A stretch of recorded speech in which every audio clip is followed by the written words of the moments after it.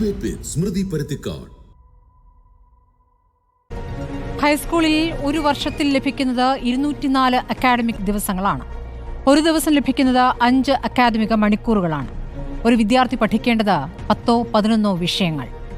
ലോകം അടുത്ത വലിയ സാധ്യതയായി കാണുന്ന AI പോലും കേരളത്തിലെ സിലബസിലുണ്ട്. നമ്പർ 1 കേരളം എന്ന അഭിമാനപൂരിത വാചകം വെറുതെ ഉണ്ടായതല്ല. പൊരുതി നേടിയ വിദ്യാഭ്യാസം നമുക്ക് സമ്മാനിച്ചതാണ്. ആ വിദ്യാഭ്യാസമാണ് നാടിന്റെ നട്ടെല്ല്. കേരളത്തെ മതനിരപേക്ഷമാക്കുന്നതും നല്ല നാടെന്ന മറുനാട്ടുകാരെ കൊണ്ട് പറയിക്കുന്നതും വിദ്യാഭ്യാസമുണ്ടാക്കുന്ന വിവേകത്തിൽ മുറുകെ പിടിക്കുന്നതുകൊണ്ടാണ്. ഒരു ഭാഗത്ത് പാദപൂജയ്ക്ക് നിർബന്ധിക്കുന്നവർ, ഒരു ഭാഗത്ത് സമയമാറ്റത്തെ എതിർക്കുന്നവർ. മതം ആജ്ഞാപിക്കുന്നിടത്ത് നിൽക്കുവാനുള്ളതല്ല നമ്മുടെ വിദ്യാഭ്യാസം. നാളെയും നമ്മൾ ഇതുപോലെ നിലനിൽക്കേണ്ടതിന് ഇന്നിടുന്ന അടിത്തറയാണ്. സമയത്തിൽ ഭീഷണിയോ എന്നതാണ് ചോദ്യം.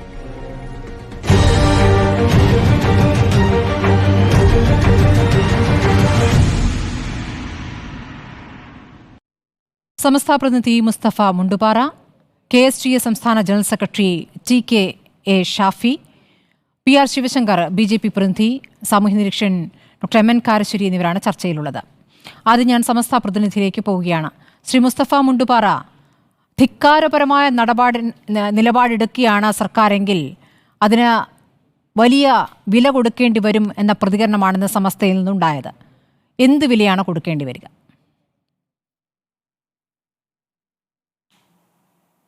സ്മൃതി, നമ്മൾ കേരളത്തിലാണ്. ജനാധിപത്യം ഏറ്റവും ഉയർന്ന തലത്തിൽ നിലനിൽക്കുന്ന ഒരു സംസ്ഥാനമാണ് കേരളം. ആ കേരളത്തിലെ വിദ്യാഭ്യാസ മേഖലയിൽ ഒരു പരിഷ്കാരം സർക്കാർ കൊണ്ടുവന്ന സമയത്ത് അത് പ്രത്യേകിച്ചുകൊണ്ട് വിദ്യാഭ്യാസ മേഖലയായതുകൊണ്ട് വലിയ ഒരു റിസൾട്ട് ഉണ്ടാകണം എന്ന താല്പര്യത്തോടു കൂടിയാണ് സർക്കാർ അത് കൊണ്ടുവന്നതെങ്കിൽ അതുമായി ബന്ധപ്പെട്ടുകൊണ്ടുള്ള ഒരു കൂടിയാലോചനകളും ബന്ധപ്പെട്ട കക്ഷികളുമായുള്ള ഒരു സംസാരമൊക്കെ നടപ്പിലാക്കിയിരുന്നുവെങ്കിൽ ഇന്നത്തെ വിവാദം ഉണ്ടാകുമായിരുന്നില്ല. ഇവിടെ ഈ വിവാദം ഉണ്ടാവാനുണ്ടായ പശ്ചാത്തലം നമുക്കറിയാം. അതായത് പുതിയ സർക്കാർ ഈ വർഷത്തെ അധ്യയന വർഷ ആരംഭത്തിൽ തന്നെ സമയമാറ്റത്തിൽ പുതിയൊരു പരിഷ്കരണവുമായി വന്നു. അതുമായി ബന്ധപ്പെട്ടുകൊണ്ട് പ്രത്യേകിച്ചുകൊണ്ട് മുസ്ലിം സമുദായത്തിൽപ്പെട്ട ആളുകൾ, പ്രത്യേകിച്ച് സമസ്ത ഉൾപ്പെടെ സംഘടനകൾ ആ സമയമാറ്റത്തിൽ ഞങ്ങളുടെ മതവിദ്യാഭ്യാസത്തിന് അത് ബാധിക്കും എന്നൊരഭിപ്രായം ഉയർത്തുകയുണ്ടായി. അത് മാത്രമല്ല ഈ വിഷയത്തിൽ ഉണ്ടായിട്ടുള്ളത്. സ്കൂളുമായി ബന്ധപ്പെട്ടുകൊണ്ട് ഒരുപാട് വിഷയങ്ങൾ ഈ പുതിയ സമയമാറ്റത്തിലുണ്ട്.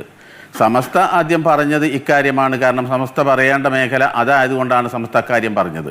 പുതിയ പരിഷ്കാരത്തിൽ ഒരുപാട് കാര്യങ്ങൾ ബുദ്ധിമുട്ടുണ്ട്. ഞങ്ങളൊക്കെ രക്ഷിതാക്കൾ കൂടിയാണ്. വിവിധ മതത്തിൻ്റെ ആളുകളാണെങ്കിൽ തന്നെയും ഞങ്ങളൊക്കെ രക്ഷിതാക്കൾ കൂടിയാണ്. അതുകൊണ്ട് തന്നെ രാവിലെ സമയത്ത് ഈ പുലർക്കാലത്ത് ഉള്ള ഈ രാവിലത്തെ ഏകദേശം ഒരു 2-3 മണിക്കൂർ സമയം അത് ആകെ കൂടി കുട്ടികൾക്ക് മതപഠനത്തിന് പോകുന്ന കുട്ടികളെ സംബന്ധിച്ചിടത്തോളം അതിന് പോകാനുള്ളൊരവസരമാണ്. അത് 1-2-1.5 മണിക്കൂറൊക്കെയാണ് ഓരോ മതസ്ഥാപനങ്ങളും നടക്കുന്നത്. വർഷങ്ങളായി, പതിറ്റാണ്ടുകളായി നമ്മുടെ കേരള സംസ്ഥാനത്ത് നിലനിന്ന് വരുന്ന ഒരു വ്യവസ്ഥയാണത്. ഇന്നോ ഇന്നലെയോ അല്ല, ഇത് ഒരു പതിറ്റാണ്ടിൻ്റെ പാരമ്പര്യമുണ്ട് ഈ സമയത്തിന്. അപ്പോൾ രാവിലെ 10 മണിക്ക് സ്കൂളുകളിലെത്താൻ അതൊരു 15 മിനിറ്റ് സമയം മുന്നോട്ട് വരുമ്പോൾ ഞങ്ങളെ സംബന്ധിച്ചിടത്തോളം അത് പ്രായോഗികമായ ചില ബുദ്ധിമുട്ടുകൾ ഉണ്ടാക്കുന്നുണ്ട്. അതൊരു കേവലം 15 മിനിറ്റ് അല്ലേ എന്ന് പറഞ്ഞിട്ട് കാര്യമല്ല. രാവിലത്തെ ആ സമയം നമ്മുടെ രക്ഷിതാക്കൾക്ക് കുട്ടികളെ ഒരുക്കി പറഞ്ഞയക്കുന്നത് ഉൾപ്പെടെയുള്ള ഒരുപാട് ബുദ്ധിമുട്ടുകളുണ്ട്. അതുകൊണ്ടാണ് നേരത്തെ ഒരു സമയമാറ്റത്തെക്കുറിച്ചുകൊണ്ട് ചർച്ച വന്നപ്പോഴും നമുക്കറിയാം വലിയ ചർച്ച ഇവിടെ നടക്കുകയും അത് സർക്കാർ പിൻവാങ്ങുകയും ചെയ്തതാണ്. അതുപോലെ തന്നെയാണ് ഇപ്പോഴത്തും. അത് കേവലം 15 മിനിറ്റാണ് എന്ന് പറഞ്ഞുകൊണ്ട് അതിനെ ചെറുതായി കാണേണ്ടതില്ല. രാവിലത്തെ ആ സമയം എന്ന് പറയുന്നത് പ്രത്യേകിച്ച് മതം പഠിക്കുന്ന വിദ്യാർത്ഥികൾക്ക് ബുദ്ധിമുട്ടുണ്ടാകും എന്നത് വളരെ പ്രധാനമായി മാത്രമാണ് ഈ സമയമാറ്റം ബാധകമാവുക. അങ്ങേക്കും അറിയാം മുസ്തഫ മുണ്ടുപാറ, 15 മിനിറ്റ് രാവിലെയും 15 മിനിറ്റ് വൈകിട്ട്. അത് അധ്യാപകരെ സംബന്ധിച്ച് ബുദ്ധിമുട്ടുണ്ടാക്കുന്ന കാര്യമാണ്. അവർ ആ വിഷയം പറയുമ്പോൾ അത് ആ രൂപത്തിൽ പരിഗണിക്കാം. താങ്കൾ ഈ പറഞ്ഞല്ലോ ചർച്ച നടത്തണമെന്ന്. ചർച്ച നടത്തിയിട്ടുണ്ട്. ബന്ധപ്പെട്ട ഉദ്യോഗസ്ഥർ വിദ്യാഭ്യാസ അവകാശ നിയമത്തിൻ്റെ അടിസ്ഥാനത്തിൽ തീരുമാനമെടുക്കാൻ പലരുമായും ചർച്ച നടത്തിയിട്ടുണ്ട്. അത് പ്രകാരം കേസുകളെ കക്ഷികൾ, ഇതിൽ കേസ് പോയല്ലോ കോടതിയിൽ, ഇതിൽ ഹൈക്കോടതി ഉത്തരവുണ്ട്. അതിൻ്റെ അടിസ്ഥാനത്തിലാണ് ഈ ചർച്ചകളൊക്കെ നടക്കുന്നത്. വിദ്യാഭ്യാസ വിദഗ്ധർ, ചൈൽഡ് സൈക്കോളജിസ്റ്റുകൾ, അധ്യാപക സംഘടനകൾ, വിദ്യാർത്ഥി സംഘടനകൾ, PTA, SMC പ്രതിനിധികൾ എന്നിവരെയും പൊതുവിദ്യാഭ്യാസ വകുപ്പ് പ്രിൻസിപ്പൽ സെക്രട്ടറി നേരിട്ട് കേട്ട ശേഷം എടുത്തിരിക്കുന്ന തീരുമാനമാണ് അപ്പോൾ വിദ്യാഭ്യാസവുമായി ബന്ധപ്പെട്ട കാര്യങ്ങൾക്ക് മതപുരോഹിതരുമായി ചർച്ച നടത്തുക എന്നത് എത്രത്തോളം ശാസ്ത്രീയമാണ്? നിങ്ങളുടെ പ്രതികരണങ്ങളിൽ പലയിടത്തായി ശാസ്ത്രീയമായി അത് പരിശോധിക്കണമെന്ന് പറയുകയുണ്ടായി. അതുകൊണ്ടാണ് ഞാൻ ചോദിക്കുന്നത്, ശാസ്ത്രീയമായിട്ട് ഇതെങ്ങനെയാണ് മതപുരോഹിതരുമായി ചർച്ച ചെയ്യണമെന്ന് ആവശ്യപ്പെടുക? സ്മൃതി, ഇതിൽ ഞാൻ പറഞ്ഞു, സമസ്ത ഈ വിഷയം ഉന്നയിക്കുന്നത് സമസ്തയുമായി നേരിട്ട് ബന്ധപ്പെട്ടുള്ളൊരു വിഷയമുള്ളതുകൊണ്ടാണ്. അതുമാത്രമല്ല, രാവിലെ ഈ കുട്ടികളെ സ്കൂളുകൾ പറഞ്ഞയക്കുന്ന സമയത്ത് ഈ പരിഷ്കരണത്തിൻ്റെ ഭാഗമായി കുടുംബത്തിൽ ഞാനൊക്കെ ഉൾപ്പെടെയുള്ള രക്ഷിതാക്കൾ അതുമായി ബന്ധപ്പെട്ടുകൊണ്ട് പ്രയാസം അനുഭവിക്കുന്നുണ്ട്. കുട്ടികളെ രാവിലെ ഇതിന് തയ്യാറെടുത്ത് സ്കൂളുകളിൽ പറഞ്ഞയക്കണമെങ്കിൽ, പ്രത്യേകിച്ച് മതം പഠിക്കാൻ പോകുന്ന വിദ്യാർത്ഥികളെ സംബന്ധിച്ച് വല്ലാതെ റിസ്ക് എടുക്കേണ്ട ഒരു സാഹചര്യമാണുള്ളത്. അതുമാത്രമല്ല, ഈ പുതിയ പരിഷ്കാരത്തിൽ സ്കൂളിൻ്റെ സമയം മാറ്റിയപ്പോൾ വ്യത്യസ്തമായ സമയത്താണ് ക്ലാസ് തുടങ്ങുന്നത്. അതും വലിയൊരു പ്രശ്നമാണ്. കാരണം കുട്ടികൾ സ്കൂളിൻ്റെ ഭരണപരമായ കാര്യങ്ങളിൽ വരെ ഇത് പ്രയാസം ഉണ്ടാക്കുന്നുണ്ട്. അതോടൊപ്പം തന്നെ ഈ കുട്ടികളെ കൊണ്ടുവരുന്ന ബസ്സുകൾ, ഇപ്പോൾ നമുക്കറിയാം കേരളത്തിലെ സ്കൂളുകളിൽ എത്തുന്ന പഴയ കാലം പോലെയല്ല. കേരളത്തിലെ സ്കൂളുകളിൽ എത്തുന്ന വിദ്യാർത്ഥികളിൽ ഏകദേശം ഒരു 70% വിദ്യാർത്ഥികളും സ്കൂളുകളിലെ ബസ്സുകളിലാണ് വരുന്നത്.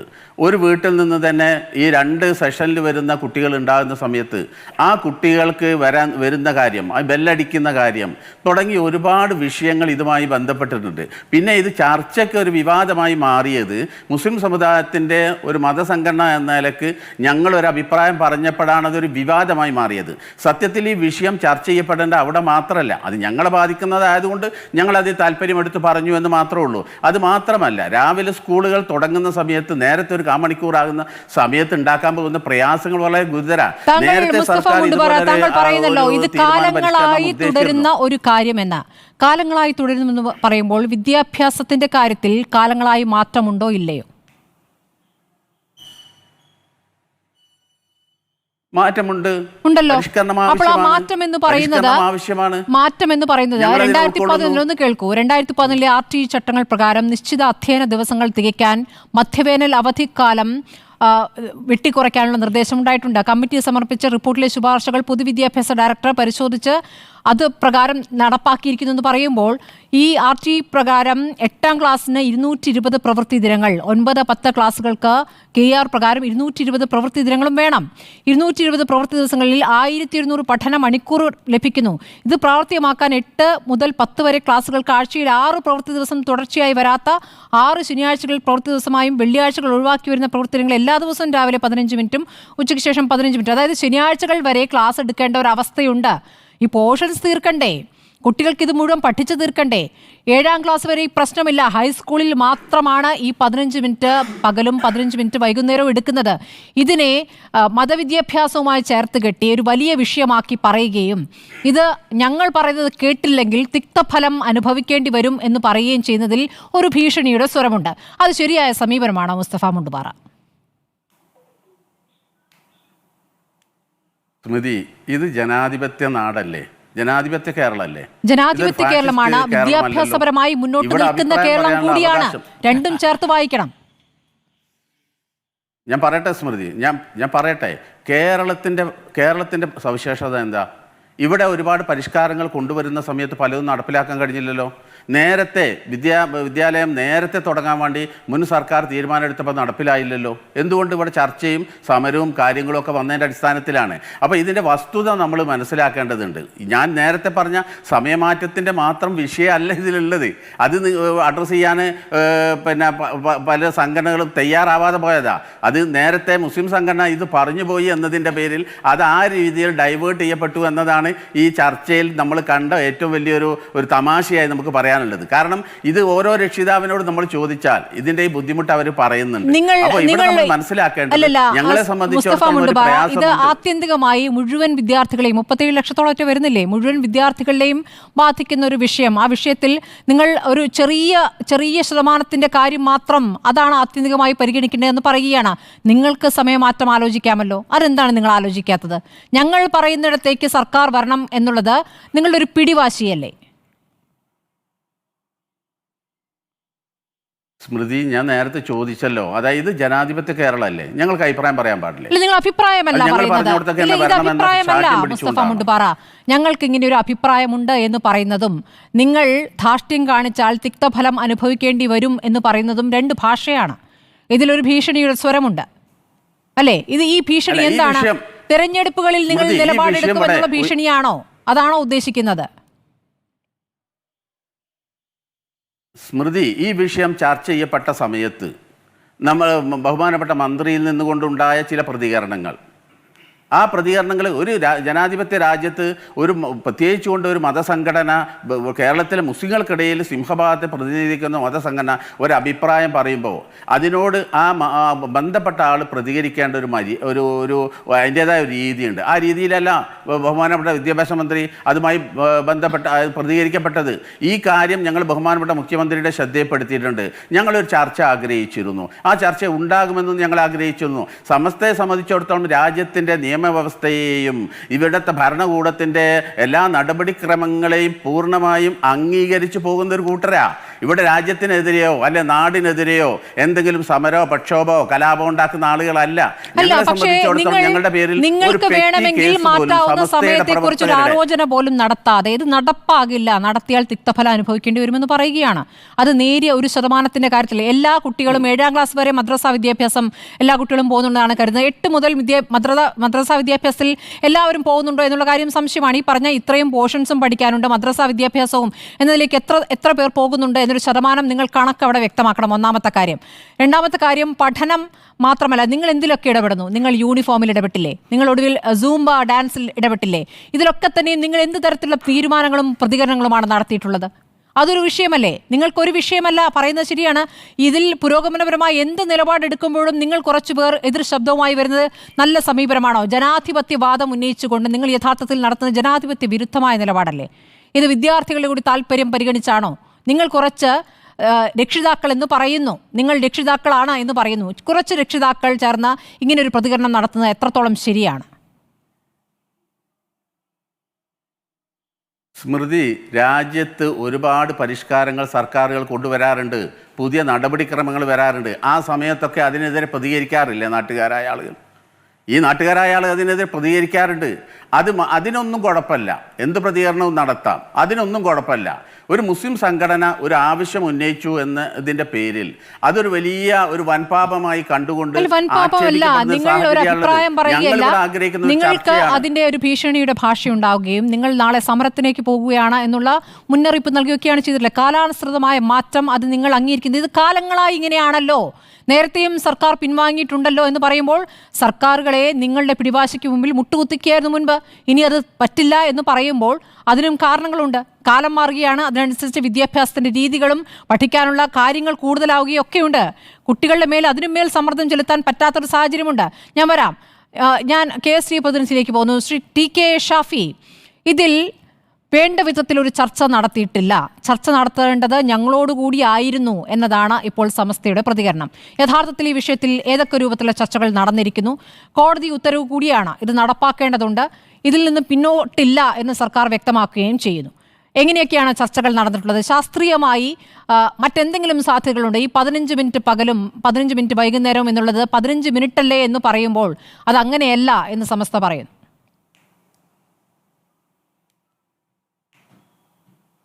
ഈ അക്കാദമിക് കലണ്ടറിൻ്റെ ചർച്ച തുടങ്ങിയത് യഥാർത്ഥത്തിൽ ഇപ്പോഴല്ല. കഴിഞ്ഞ വർഷമാണ് ഒരു സ്കൂൾ മാനേജറും PTA പ്രസിഡൻറ്റും കോടതിയിൽ പോവുകയും 220 പ്രവൃത്തി ദിവസം വേണമെന്ന് ഹൈക്കോടതി ഉത്തരവിടുകയും ഗവൺമെൻറ്റിന് അത് കോടതി അലക്ഷ്യം വരികയും ചെയ്തു. ആ സാഹചര്യത്തിലാണ് 25 ശനിയാഴ്ചകൾ പ്രവൃത്തി ദിവസമാക്കിക്കൊണ്ട് ഗവൺമെൻറ് ഒരു കലണ്ടർ കഴിഞ്ഞ വർഷം പ്രഖ്യാപിച്ചത്. അതിനെതിരായി വിദ്യാർത്ഥികളും ചില അധ്യാപക സംഘടനകളുമൊക്കെ തന്നെ കേസിന് പോവുകയും 25 ശനിയാഴ്ചകൾ പ്രവൃത്തി ദിവസമാക്കിയത് ശരിയായില്ല എന്ന് എല്ലാവരോടും ചർച്ച ചെയ്ത് പുതിയ കലണ്ടർ രൂപീകരിക്കണമെന്ന് കോടതി നിർദ്ദേശിക്കുകയും ചെയ്തു. അതിൻ്റെ അടിസ്ഥാനത്തിലാണ് ഗവൺമെൻറ് ഇതിനായി ഒരു 5 അംഗ കമ്മിറ്റിയെ വെച്ചിട്ടുള്ളത്. ആ കമ്മിറ്റിയെക്കുറിച്ച് നിങ്ങൾക്കറിയാം. Professor VP Joshith, doctor Amar foetal, doctor Deepa Bhaskar, doctor PK Jayaraj, doctor MP നാരായണുണ്ണി തുടങ്ങി വിവിധ മേഖലകളിൽ പ്രാഗൽഭ്യം തെളിയിച്ച ആളുകളെ വെച്ചുകൊണ്ടൊരു കമ്മിറ്റിയെ വെച്ചു. ആ കമ്മിറ്റി ഇതിൻ്റെ മുഴുവൻ ആളുകളോടും അവരുടെ കാഴ്ചപ്പാട് ചോദിച്ചു. മുഴുവൻ അധ്യാപക സംഘടനകൾ, വിദ്യാർത്ഥി സംഘടനകൾ മാത്രമല്ല, വിവിധ ജില്ലാ കേന്ദ്രങ്ങളിൽ വെച്ച് അവർ ഹിയറിംഗ് നടത്തുകയും അവിടെ എല്ലാവർക്കും അഭിപ്രായം പറയാൻ കഴിയുകയും ചെയ്തു. ചോദ്യാവലി പുറത്തുവിട്ടു. ഞാൻ മനസ്സിലാക്കുന്നത് 12,000-ലധികം പ്രതികരണങ്ങൾ അവർക്ക് ലഭിച്ചിട്ടുണ്ട് എന്നുള്ളതാണ്. ഇത് ജനാധിപത്യത്തിൻ്റെ ചർച്ചയുടെ ഏറ്റവും വലിയ രൂപമല്ലേ? ഇതല്ലേ ഏറ്റവും വലിയ രൂപം? ഏറ്റവും വിദഗ്ധരായ ആളുകളെ വെച്ച് അവർ മുഴുവൻ ആളുകളോട് കേൾക്കുകയും അത് രേഖപ്പെടുത്തുകയും അതൊരു റിപ്പോർട്ടായി ഗവൺമെൻറ്റിന് കൊടുക്കുകയും ചെയ്തു. ആ റിപ്പോർട്ടിൻ്റെ കൂടി അടിസ്ഥാനത്തിലാണ് ഗവൺമെൻറ് പുതിയ അക്കാദമിക കലണ്ടർ തയ്യാറാക്കിയിട്ടുള്ളത്. അക്കാദമിക് കലണ്ടർ എന്ന് പറയുന്നത് വെറും ഒരു സമയത്തിൻ്റെ കാര്യം മാത്രമല്ല, അത് ആ ഒരു സ്കൂളിൽ നടക്കേണ്ട, കുട്ടികൾക്ക് വിദ്യാലയത്തിൽ നിന്ന് ലഭിക്കേണ്ട മുഴുവൻ കാര്യങ്ങളും ഉൾപ്പെട്ട ഒന്നാണ്. അത് സംബന്ധിച്ച് ഗവൺമെൻറ് ചർച്ച ചെയ്തപ്പോഴാണ് നേരത്തെ അവതാരക സൂചിപ്പിച്ചതുപോലെ LP ക്ലാസ്സുകളിൽ 1000 മണിക്കൂർ, UPയിൽ അതിനപ്പുറമുള്ള മണിക്കൂറുകളും 1000 മണിക്കൂറുകളും, ഹൈസ്കൂളിൽ 220 വർക്കിംഗ് ഡേയും കിട്ടത്തക്ക രൂപത്തിൽ ചെയ്യണമെന്ന് ആവശ്യപ്പെട്ടത്. ശനിയാഴ്ചകൾ എടുക്കാതെ 8, 9, 10 തീയതികളിൽ ഒരു തരത്തിലും 1100 മണിക്കൂർ തികക്കാൻ കഴിയില്ല.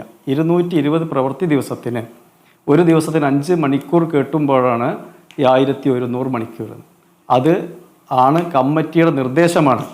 രാവിലെ 15 മിനിറ്റ്, ഉച്ചയ്ക്ക് ശേഷം വൈകുന്നേരം 15 മിനിറ്റും സഹിതം രാവിലെ 9:45 തുടങ്ങുകയും വൈകുന്നേരം 4:15 അവസാനിപ്പിക്കുകയും ചെയ്യുന്ന രൂപത്തിലേക്ക് കലണ്ടർ വേണമെന്ന് പറഞ്ഞത്. കേരളത്തിലെ വിവിധ അധ്യാപക സംഘടനകൾ പ്രവർത്തിക്കുന്നുണ്ട്. 44ഓളം അധ്യാപക സംഘടനകൾ പ്രവർത്തിക്കുന്നുണ്ട്. അവർ നിങ്ങൾക്കൊക്കെ അറിയാവുന്നതുപോലെ വിവിധ കാഴ്ചപ്പാടുകളും ആശയങ്ങളും ഉയർത്തിപ്പിടിക്കുന്നവരാണ്. അവരുടെ എല്ലാവരുടെയും സാന്നിധ്യത്തിലാണ്, അവരുടെ എല്ലാവരുടെയും സമ്മതത്തോടെയും കൂടിയാണ് ഈ കലണ്ടർ പ്രസിദ്ധീകരിച്ചത് എന്ന് നമുക്ക് കാണാൻ കഴിയും. തീർച്ചയായും ഇത് വളരെ ജനാധിപത്യം എന്നുള്ള രൂപത്തിൽ, വലിയ രൂപത്തിൽ ചർച്ച ചെയ്തിട്ടാണ് ഇത് ഗവൺമെൻറ് നടത്തിയിട്ടുള്ളത് എന്നതാണ് എനിക്ക് പറയാനുള്ളത്. ശരി, ശ്രീ PR ശിവശങ്കർ,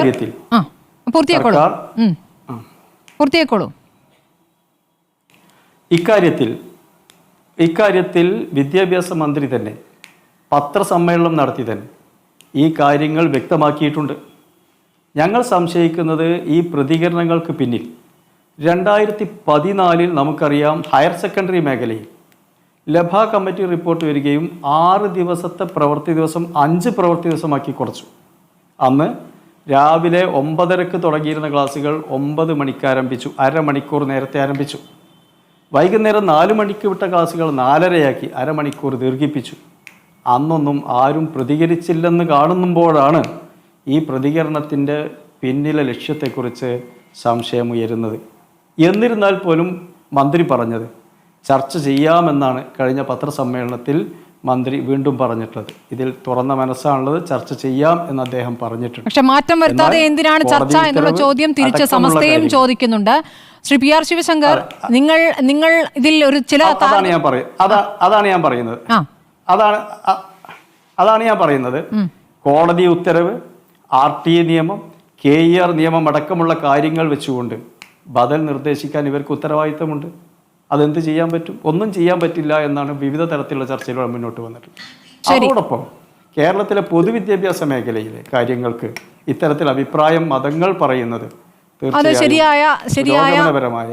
ആശാസ്യമായ എന്ന അഭിപ്രായം ഞങ്ങൾക്കുണ്ട്. ശരി, ശ്രീ PR ശിവശങ്കർ, നിങ്ങളൊരു തെറ്റായ താരതമ്യം ഇതിനിടയ്ക്ക് നടത്തുന്നുണ്ട്. ഇപ്പോൾ ഗുരുക്കന്മാരെ കാല് കഴുകി വന്ദിക്കുന്നു, അതിനെ വലിയ രീതിയിൽ സർക്കാർ എതിർക്കുന്നു. അവസാനം സർക്കാർ ഈ പറയുന്ന സംസ്ഥയുടെയൊക്കെ വലിയ സമ്മർദ്ദങ്ങൾക്ക് കീഴ്പ്പെടും എന്നുള്ളൊരു വാദം നിങ്ങൾ ഉന്നയിക്കുന്നുണ്ട്. അതിന് അങ്ങയുടെ മറുപടി വേണം. ശ്രീ PR ശിവശങ്കർ, ഞാൻ നേരത്തെ ചോദിച്ചത് തെറ്റായൊരു താരതമ്യം ഈ വിഷയത്തിൽ നടത്തുന്നുണ്ട്. മാത്രമല്ല സർക്കാർ വഴങ്ങും എന്ന് നിങ്ങൾക്ക് അങ്ങ് ഉറപ്പാണ്. എന്താണ് അങ്ങനെ പറയാൻ കാരണം?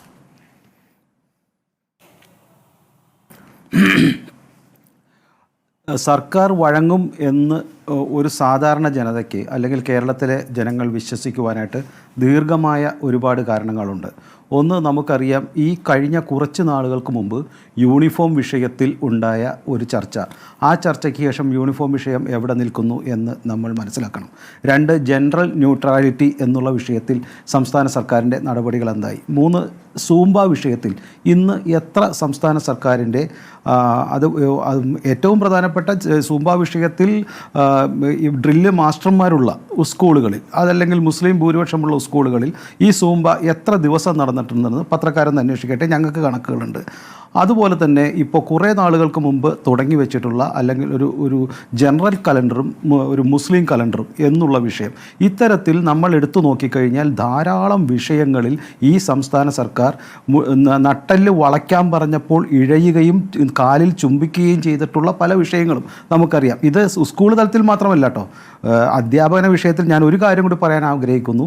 സർവകലാശാലയിൽ ഇപ്പോൾ ബോർഡ് ഓഫ് സ്റ്റഡീസ് പറയാതെ സിലബസിലേക്ക് കൊണ്ടുവന്നിട്ട് കൂടിയാലോചനയില്ലാതെ ഒരു പുസ്തകം കൊണ്ടുവന്നിട്ടുണ്ട്. രാജൻ ഗുരുക്കൾ, ഈ ഹയർ എഡ്യൂക്കേഷൻ്റെ ഹെഡായിട്ടുള്ള രാജൻ ഗുരുക്കൾ തന്നെ എഴുതിയിട്ടുള്ളൊരു പുസ്തകം, നവോത്ഥാനം, കേരളത്തിൻ്റെ നവോത്ഥാനം എന്ന് പറഞ്ഞ പുസ്തകത്തിൽ ഇത്തരത്തിലുള്ള വലിയ തെറ്റുകളും, അതുപോലെ തന്നെ അത് ഇംഗ്ലീഷും ഹിന്ദിയിലും മാത്രം, പക്ഷേ അറബിക് സംസ്കൃത അധ്യാപകർ മലയാളത്തിലും ഇംഗ്ലീഷിലും മാത്രം, അറബിക്കും ഹിന്ദിയിലുള്ള ആൾക്കാർ പഠിപ്പിക്കണം. അതിലാണെങ്കിൽ നവോത്ഥാനത്തിൻ്റെ കാലചരിത്രത്തിൽ ഇത്തരത്തിലുള്ള ഇസ്ലാമിക സംഘടനകളുടെ നവോത്ഥാനം എന്നിട്ടുള്ള തെറ്റുകൾ വേറെ. ഞാൻ ചുരുക്കി പറയുകയാണ്, ഈ സംസ്ഥാനത്ത് നിരന്തരമായി ഇത്തരം കീഴടങ്ങലുകൾ കാലാകാലങ്ങളായി സ്കൂളുകളിലും അതുപോലെ തന്നെ ഹയർ എഡ്യൂക്കേഷനിലും ഉണ്ടാകുന്നു എന്നത് പുരോഗമന ചിന്താഗതിക്കാരായ ധാരാളം പേരുകളും എല്ലാവരും വിശ്വസിക്കുന്നതാണ്. രണ്ട്, ഒരു കാര്യം നോക്കൂ, ഇവിടെ ഇപ്പോൾ ഇദ്ദേഹം പറഞ്ഞല്ലോ കാല് കഴുകി വന്നിക്കണം എന്നുള്ളത് പുരോഗമന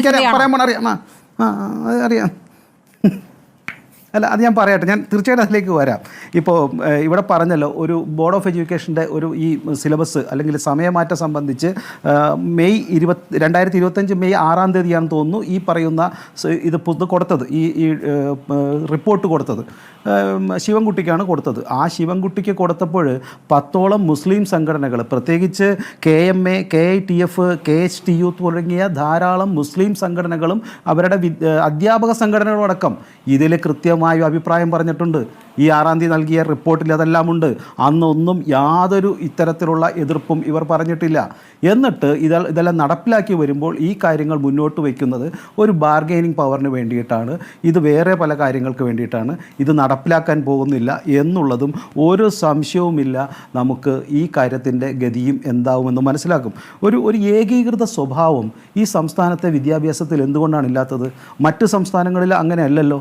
അതല്ലെങ്കിൽ നമുക്കറിയാം, നാഷണൽ എഡ്യൂക്കേഷൻ സിസ്റ്റത്തിൽ ധാരാളം പഠനങ്ങൾ നടന്നിട്ട് കേന്ദ്രീയ വിദ്യാലയത്തിലടക്കം 7 മണി തൊട്ട് 1 മണി വരെയുള്ള ക്ലാസിംഗ് സമ്പ്രദായം. നമുക്കെല്ലാവർക്കും അറിയാം, പഠിക്കുവാൻ ഏറ്റവും നല്ലത് 7 മണിക്കും അല്ലെങ്കിൽ പ്രഭാതങ്ങളിലാണ് എന്ന് നമ്മളെല്ലാം അറിഞ്ഞിട്ടുള്ള, ശാസ്ത്രീയമായി പഠനം നടത്തി തെളിഞ്ഞിട്ടുള്ള കാര്യമാണ്. BJP സർക്കാർ മുൻപ് തന്നെ അത്തരം പഠനങ്ങൾ നടന്നിട്ടുണ്ട്. അപ്പോൾ എന്നിട്ട് പോലും ഇത്തരത്തിൽ ഒരു വിദ്യാഭ്യാസ സമ്പ്രദായത്തിൽ സമൂലമായ മാറ്റങ്ങൾക്ക് ഒരു ഭരണകൂടത്തിന് അവകാശമില്ല എന്നും അത്തരം ചർച്ചകളെ ഒരു ഭാഗത്തുനിന്ന് നിയന്ത്രിക്കുമെന്നുള്ളത് ശരിയല്ല. രണ്ട്, ഇത്തരം സമയമാറ്റങ്ങൾ ഈ അവസാന കാലഘട്ടം, ഏറ്റവും അവസാനം സ്കൂൾ ബെല്ലടിക്കുമ്പോൾ ജനഗണമന പാടാത്ത ഇപ്പോൾ 20-22 ദിവസങ്ങളായി ഓരോ ക്ലാസ്സുകളും ഓരോ സമയത്താണ് വിടുന്നത്. അപ്പോൾ ഒരു ജനഗണമന പാടുവാൻ പോലും സംസ്ഥാനത്തെ വിദ്യാർത്ഥികൾക്ക് അവകാശമില്ലാതാവുകയോ അല്ലെങ്കിൽ അത്തരം അവകാശങ്ങളെ ഇത്തരം ഒരു മത നിയമങ്ങൾ കൊണ്ട് ജനഗണമന പാടുന്നില്ല എന്നൊക്കെ, അങ്ങനെയാണെങ്കിൽ കൃത്യമായ ഉദാഹരണം ചൂണ്ടിക്കാണിക്കണം. എവിടെ സംഭവിച്ചു എന്നുള്ള കൃത്യമായി പറയണം. ആ ഉത്തരവാദിത്വത്തോടു കൂടി വേണം അത്തരമൊരു ആരോപണം. ഞാൻ ഉത്തരവാദിത്തമില്ലാതെ ഈ ചാനലിരുന്ന് ഞാൻ പറയാറില്ല. ഞാനൊരു ഒരു രാഷ്ട്രീയ പാർട്ടിയുടെ നിയോഗിക്കപ്പെട്ട പ്രവർത്തകനാണ്. 20 ദിവസമായി എന്ന് ഞാൻ പറഞ്ഞു. ഈ സംസ്ഥാനത്ത് 20 ദിവസമായി ഒരു 4 മണിക്കും 3:45-നും 4:15-നും ഒക്കെയാണ് സ്കൂളുകൾ വിടുന്നത്. അതുകൊണ്ടൊരു ലോങ് ബെല്ലടിക്കാൻ പറ്റുന്നില്ല, അത്തരം ജനഗണന പാടുന്നില്ല എന്ന് ഞങ്ങൾക്ക് ധാരാളം സ്കൂളുകളിൽ, ഞങ്ങളുടെ ഒരു അത്ര വലിയ സംഘടന അല്ലെങ്കിൽ പോലും ഞങ്ങൾക്കും അധ്യാപക സംഘടനയുണ്ട്, വിദ്യാർത്ഥി സംഘടനയുണ്ട്, ഞങ്ങൾക്കിത് അറിയാവുന്നതാണ്. ഞങ്ങളിത് കംപ്ലയിൻറ്റ് കൊടുത്തിട്ടുണ്ട്. പറയുന്നുണ്ട്, ഒരു സംശയവുമില്ല. വേണമെങ്കിൽ റിപ്പോർട്ടർ ചാനലിൻ്റെ ഏതാനും പ്രതിനിധികൾ വരുവാണെങ്കിൽ ഞാൻ ഏതൊക്കെ സ്കൂളാണെന്ന് ഇന്ന് ഒരു മണിക്കൂർ ശേഷം പറഞ്ഞുതരാം. താങ്കൾക്ക് അവിടെ പോയി അന്വേഷിക്കാവുന്നതാണ്. അതല്ല ഞാൻ നുണയാണോ പറയുന്നതെങ്കിൽ അതിനെതിരെ നടപടി എടുക്കാവുന്നതുമാണ്. ഞാൻ സൂചിപ്പിച്ചു വരുന്നത് ഇത്തരം കാര്യങ്ങൾ വെള്ളിയാഴ്ചത്തെ സമയത്തിൽ പോലും മറ്റുള്ള സ്ഥല സംസ്ഥാനത്ത് നടക്കുന്ന നിയമങ്ങൾ എന്തുകൊണ്ട് ഏകീകൃത മതനിരപേക്ഷ ജനാധിപത്യ സ്വഭാവം എന്തുകൊണ്ട് സംസ്ഥാനത്തെ സ്കൂളുകളിൽ നടക്കുന്നില്ല എന്നൊരു സാധാരണ വിദ്യാർത്ഥിയോ ഒരു മതനിരപേക്ഷ അധ്യാപകനോ ചോദിക്കുമ്പോൾ നിങ്ങൾ കാല് കഴുകുന്ന കഥയല്ല പറയേണ്ടത്.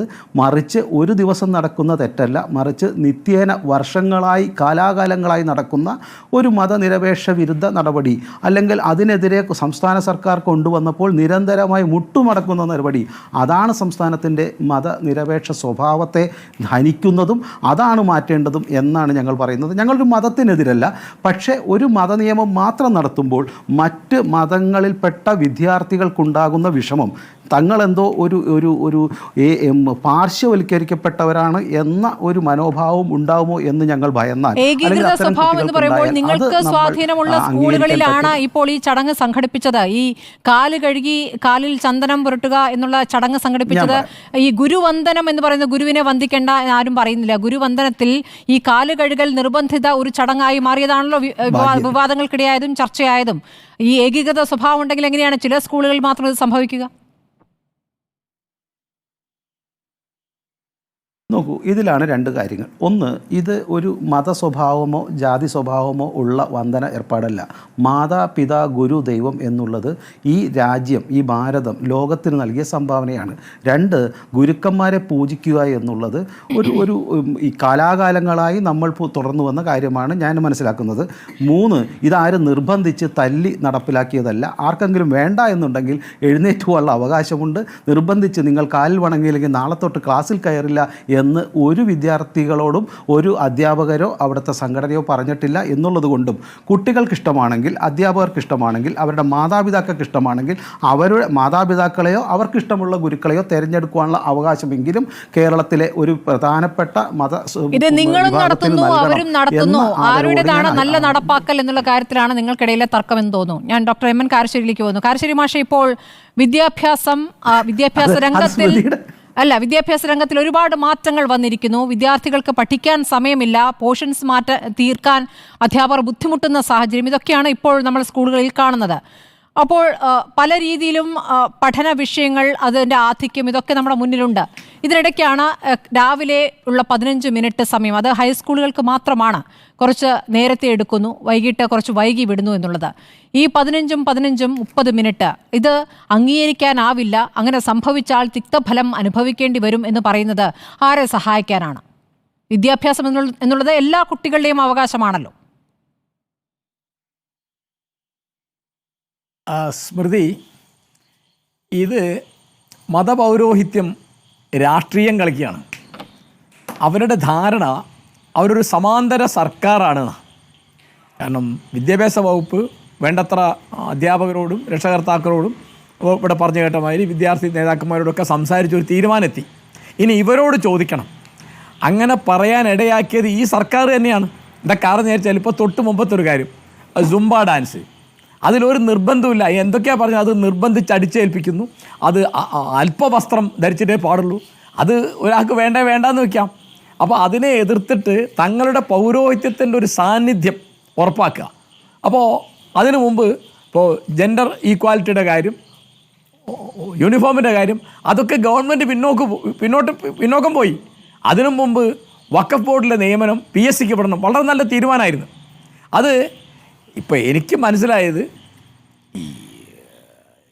EK സമസ്തയിലെ ഒരു വിഭാഗമാണ് ഈ പ്രശ്നം ഉണ്ടാക്കുന്നതെന്നാണ് എൻ്റെ ധാരണ. അത് തെറ്റാണ്, ഞാൻ തിരുത്താം. കാരണം ഞാൻ അവരെയാണ് കണ്ടതും ഈ വാർത്തയിലൊക്കെ കണ്ടത്. അപ്പോൾ തങ്ങളൊരു സമ്മർദ്ദ തന്ത്രം ഉപയോഗിച്ചാൽ സർക്കാർ ആ വലയിൽ വീഴും എന്നിവർക്കറിയാം. അപ്പോൾ ഇവരുടെ ശക്തി പ്രകടനമാണിത്. ഇതിനൊന്നും ഒരു തരത്തിലും ഒരു ഗവൺമെൻറ്, ഒരു നാടും വഴങ്ങാൻ പാടില്ല. കാരണം ഇവിടെ ഇപ്പോൾ എല്ലാവർക്കും അറിയുന്ന കാര്യമാണ്, ഇംഗ്ലീഷ് പഠിക്കാൻ പാടില്ല എന്നുണ്ടായിരുന്നു, മലയാളം പഠിക്കാൻ പാടില്ല എന്നുണ്ടായിരുന്നു, പെൺകുട്ടികൾ എഴുത്ത് പഠിക്കാൻ പാടില്ല എന്നുണ്ടായിരുന്നു, സിനിമ കാണാൻ പാടില്ല എന്നുണ്ടായിരുന്നു, ചിത്രം വരയ്ക്കാൻ പാടില്ല എന്നുണ്ടായിരുന്നു, ഫുട്ബോൾ കളിക്കാൻ പാടില്ല, പെണ്ണുങ്ങൾ കാണാൻ പാടില്ല, ഫുട്ബോൾ കളിക്കാൻ പാടില്ല എന്നല്ല, പെൺകുട്ടികൾ ഫുട്ബോൾ കളിക്കുന്നത് കാണാൻ പാടില്ല. ഇങ്ങനെ എത്രയോ ഹറാമ് ഒക്കെ ഹലാലായിപ്പോയി. അപ്പോൾ ഇത് ഗവൺമെൻറ് അവിടെ ഉറച്ചു നിന്നാൽ കഴിഞ്ഞു. അത് ഇപ്പോൾ സന്താന നിയന്ത്രണം നടപ്പാക്കിയപ്പോൾ എന്തായിരുന്നു എതിർപ്പ്? ക്രിസ്ത്യൻ മുസ്ലിം പൗരോഹിത്യത്തിൻ്റെ. അങ്ങനെ അനവധി കാര്യങ്ങളിൽ ഈ പൗരോഹിത്യം ഭരണപരമായ കാര്യങ്ങൾ ഇടപെടുക എന്ന് പറയുന്നത് നമ്മുടെ ജനാധിപത്യത്തെ അങ്ങേയറ്റം ദുർബലമാക്കുന്ന ഒരു കാര്യമാണ്. ഇവരോട് കൂടിയാലോചിക്കുക എന്നുള്ളത് സർക്കാരിൻ്റെ ഉത്തരവാദിത്തമല്ല. സർക്കാർ അങ്ങനെ പറയാനേ പാടില്ല. കൂടിയാലോചിക്കണം അധ്യാപകരോട്, രക്ഷകർത്താക്കളോട്, വിദ്യാർത്ഥി നേതാക്കന്മാരോടൊക്കെ. അല്ലാതെ ഈ മതപൗരോഹിത്യത്തിന് എന്താ റോൾ എനിക്ക് മനസ്സിലായിട്ടില്ല. അപ്പോൾ സുംബ ഡാൻസിനെ പറ്റിയൊക്കെ അവർ പറഞ്ഞത് മുഴുവൻ അവാസ്തവമല്ലേ? അതൊരു നിർബന്ധ പാഠ്യവിഷയമാണോ? അതിലെന്തെങ്കിലും തരത്തിലുള്ള നിർബന്ധമുണ്ടോ? അതിൽ വസ്ത്രത്തിൻ്റെ വല്ല പ്രശ്നമുണ്ടോ? ഒന്നുമില്ല. എന്നുവെച്ചാൽ ആളുകൾ സന്തോഷിക്കുന്നതും സ്വാതന്ത്ര്യത്തോടെ എന്തെങ്കിലും പെരുമാറുന്നതൊക്കെ പൗരോഹിത്യത്തിന് വലിയ വിഷമാണ്. അവരിങ്ങനെ ഈ നരകത്തിൻ്റെ കാര്യവും പരലോകത്തിൻ്റെ കാര്യമൊക്കെ പറഞ്ഞ് ആളെ പേടിപ്പിച്ച് ഇങ്ങനെ നിർത്തുക, അവർ ഭരിക്കുക, അതാണ് അവരൊരു ഭരണഘടനയാണ്, അല്ല അവരൊരു ഭരണകൂടമാണെന്നാണ് അവർ വിചാരിക്കുന്നത്. അപ്പോൾ സർക്കാർ ചെയ്യേണ്ടത് നിന്നിടത്ത് ഉറച്ചു നിൽക്കുക. അല്ല, പക്ഷേ പ്രതികരിക്കുന്നത് ഡോക്ടർ എം എൻ കാരശ്ശേരി, ഇപ്പോൾ ശ്രീ മുസ്തഫ മുണ്ടുപാറ തന്നെ ആവർത്തിച്ച് പറഞ്ഞുകൊണ്ടിരിക്കുന്നത് നമ്മുടേതൊരു ജനാധിപത്യ രാജ്യമാണല്ലോ, ഞങ്ങളെ കൂടി കേൾക്കണ്ടേ, അതാണ് അദ്ദേഹം ആവർത്തിച്ച് പറയുന്നത്. അത് തെറ്റായ ഇടത്ത് അത് പ്രയോഗിക്കുകയാണ് എന്നാണോ അങ്ങ് കരുതുന്നത്? അല്ല, അങ്ങനെയല്ല. അതായത് അദ്ദേഹം മനസ്സിലാക്കിയാലൊരു വലിയ കുഴപ്പമുണ്ട്. എന്താ വെച്ചാൽ ഇവരുടെ കൂട്ടത്തിൽ അധ്യാപകരുണ്ടാവും, ഇവരുടെ കൂട്ടത്തിൽ രക്ഷകർത്താക്കളുണ്ടാവും, ഇവരുടെ കൂട്ടത്തിൽ വിദ്യാർത്ഥികളുണ്ടാവും. ഇവരൊന്നും അല്ലാത്തൊരു സമസ്തയുണ്ടോ? സമസ്തയിലെ ഏത് മെമ്പറും ഒന്നുകിൽ അധ്യാപകനായിരിക്കും, അല്ലെങ്കിൽ രക്ഷകർത്താവായിരിക്കും, അല്ലെങ്കിൽ ആ തരത്തിൽ എന്തെങ്കിലും ആയിരിക്കും. അപ്പോൾ എല്ലാവരോടും ചോദിക്കാൻ പറ്റില്ലല്ലോ. ഇപ്പം ജനാധിപത്യത്തിൻ്റെ വർത്തമാനമൊക്കെ ഇവർ പറയും. എനിക്ക് വലിയ തമാശ തോന്നുക, ഈ കെ സമസ്തക്കാരാണ് സ്ത്രീകളെ വോട്ട് ചെയ്ത് ജയിപ്പിച്ച് MLA ആക്കാൻ പാടില്ല എന്ന് പറഞ്ഞത്. ഭരണഘടനയിൽ സ്ത്രീപുരുഷ സമത്വം അങ്ങേയറ്റം ഉയർത്തിപ്പിടിച്ച ഒരു സാധനമാണ് റൈറ്റ് ടു ഈക്വാലിറ്റി എന്ന് പറയുന്നത്. ഇപ്പോൾ റൈറ്റ് ടു ഈക്വാലിറ്റി ഇവർ ഈ സമസ്തക്കാർ അവരുടെ പള്ളികളിൽ മുസ്ലിം സ്ത്രീകൾക്ക് വെള്ളിയാഴ്ച കൂട്ടപ്രാർത്ഥനയ്ക്ക് പ്രവേശനം കൊടുക്കും. അത് ഹറാമെന്നല്ലേ ഇവർ പറയുന്നത്. അപ്പോൾ ഭരണഘടനയ്ക്ക് ഇവർക്ക് ആവശ്യമുള്ളവർ പറയുന്ന ഇവർ ഏത് തരത്തിൽ ആധുനികവും മതേതരവും യുക്തിഭദ്രവും ശാസ്ത്രീയവുമായ വിദ്യാഭ്യാസത്തിന് എതിരാണ് ഇവർ. അത് പുറത്ത് പറയാൻ ആവുന്നിടത്തോളം ഇവർ പറയും. ഇപ്പോൾ അങ്ങനെ പറഞ്ഞപ്പോൾ സ്ത്രീകളുടെ വിദ്യാഭ്യാസമൊക്കെ ഇപ്പോൾ തീർന്നില്ലേ? അവർ തന്നെ ഇപ്പം വനിതാ വിദ്യാലയങ്ങൾ മദ്രസത്തുൽ ബനാത്ത് നടത്തുന്ന കാലമാണ്. ഫോട്ടോ ഹറാമ എന്ന് പറഞ്ഞ ഒരു ചാനൽ നടത്തുന്നു. ചാനൽ കണ്ടതിന് 1985 ഫറൂഖിലെ ഒരു ഇമാമിന് ജോലിയിൽ നിന്ന് പിരിച്ചു വിട്ടിട്ടുണ്ട്. ഇതൊക്കെയാണ്, ഇതിങ്ങനെ മാറിക്കൊണ്ടിരിക്കുകയാണ്. അപ്പോൾ അവരത് മാറുന്നതിനിടയ്ക്ക് അവരൊരു ബഹളം ഉണ്ടാക്കുകയാണ്. അത് ഞാനതിൽ കുറ്റം പറയുക ബഹുമാനപ്പെട്ട മുഖ്യമന്ത്രി ശ്രീ പിണറായി വിജയനെയാണ്. പിണറായി അന്ന് ഈ വഖഫ് ബോർഡിൻ്റെ കാര്യം വന്നപ്പോൾ ഇവർക്ക് വഴങ്ങി, അവർക്ക് ഈ യൂണിഫോമിൻ്റെ കാര്യം വന്നപ്പോൾ വഴങ്ങി. ആരാണ് പറഞ്ഞത്? ബാലുശ്ശേരിയിൽ പാൻസ് ഇട്ട പെൺകുട്ടികൾ ഞങ്ങൾക്കിത് സൗകര്യമാണെന്ന് പറയുന്നു. അപ്പോൾ ഇവർ പറയാം ഇത് അസൗകര്യമാണെന്ന്. അപ്പോൾ ആരത് പറയേണ്ടത്? ഇപ്പോൾ ഇവർക്കൊരു വാദമുണ്ട്. എന്താണ്? പെൺകുട്ടികളുടെ വിവാഹപ്രായം 15 കുറയ്ക്കണം. 18 ഇപ്പോൾ ഉള്ളത്. ആ 15 എന്ന് പറഞ്ഞാൽ ആരാ? ഈ പുരോഹിതന്മാർ പറയാം, അല്ല പെൺകുട്ടികളല്ല പറയുന്നത്. അപ്പോൾ അവർക്ക് സാമൂഹ്യ ജീവിതം, രാഷ്ട്രീയ ജീവിതം ഒക്കെ നിഷേധിക്കുന്ന പണിയാണ് ശൈശവ വിവാഹം. അപ്പോൾ ശൈശവ വിവാഹത്തിനെതിരായിട്ട് എത്ര നീണ്ട പോരാട്ടം നടത്തിയിട്ടാണ് ഇന്ത്യയിൽ അത് നടപ്പായത്. 1928 ശാരദ ആക്ട് വരുന്നത്. 14 വയസ്സാകാതെ കുട്ടിയെ കെട്ടിക്കാൻ പാടില്ല. ബ്രിട്ടീഷുകാരുടെ കാലത്ത് സ്ത്രീകൾ സംഘടിച്ച് നേടിയ ഒരു ഇതാണത്. ഇപ്പോൾ ക്രിസ്ത്യൻ പൗരോഹിത്യം പറയുന്നുണ്ട് 5 മിനിമം 5% പ്രസവിക്കണം, അവർക്ക് അവാർഡുണ്ട്. അപ്പോൾ സന്താന നിയന്ത്രണം എന്ന് പറയുന്നത് സ്ത്രീകൾക്ക് ഏതെങ്കിലും തരത്തിലുള്ള ഒരു സ്വാതന്ത്ര്യം കൊടുക്കുന്ന ഒരു സാധനമാണ്. ശൈശവ വിവാഹം നിരോധിക്കുക എന്ന് പറയുന്നത് സ്ത്രീകൾക്ക് മോചനം കൊടുക്കുന്ന ഒരു സംഗതിയാണ്. അപ്പോൾ ശൈശവ വിവാഹം വേണം, സന്താന നിയന്ത്രണം പാടില്ല എന്നൊക്കെ പറയുമ്പോൾ പഴയ നൂറ്റാണ്ടുകളിലേക്കാണ് ഇവർ നമ്മളെ കുട്ടികളെ കൊണ്ടുപോകാൻ ആഗ്രഹിക്കുന്നത്. ആ കുട്ടികളോട് ഇത്തിരി ദയവുണ്ടെങ്കിൽ അവർ ഈ തരത്തിലുള്ള മുസ്ലിം കലണ്ടർ എന്നൊക്കെ പറയുന്നത് വലിയ തമാശയായിട്ടാണ് എനിക്ക് തോന്നുന്നത്. എന്താ കാരണം വെച്ചാൽ വെള്ളിയാഴ്ച സ്കൂൾ പാടില്ല, റമദാൻ മാസത്തിൽ സ്കൂൾ പാടില്ല. 48 സ്ഥാപിച്ചാണ് ഫാറൂഖ് കോളേജ് സ്ഥാപിച്ച അന്ന് തൊട്ട് തന്നെ വെള്ളിയാഴ്ച ക്ലാസ് ഉണ്ട്. അവിടെ റംസാൻ മാസം ക്ലാസ് ഉണ്ട്.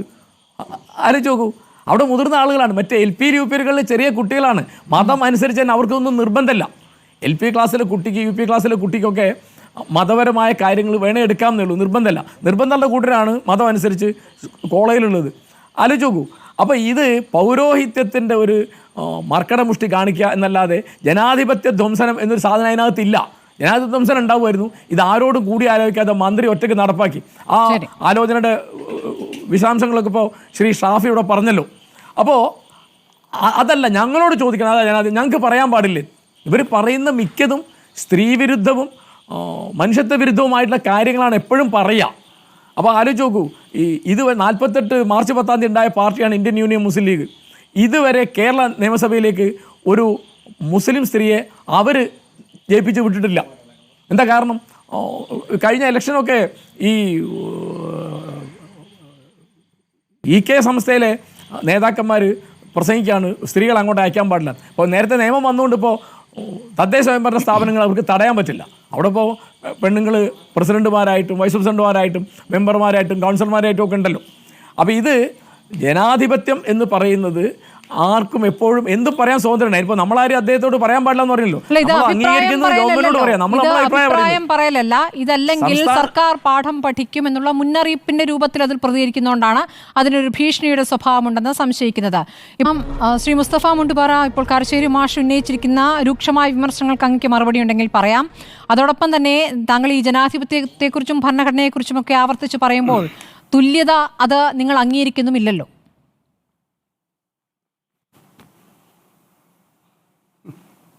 കാരശ്ശേരി മാഷ് ബഹുമാനപ്പെട്ട വ്യക്തിത്വ.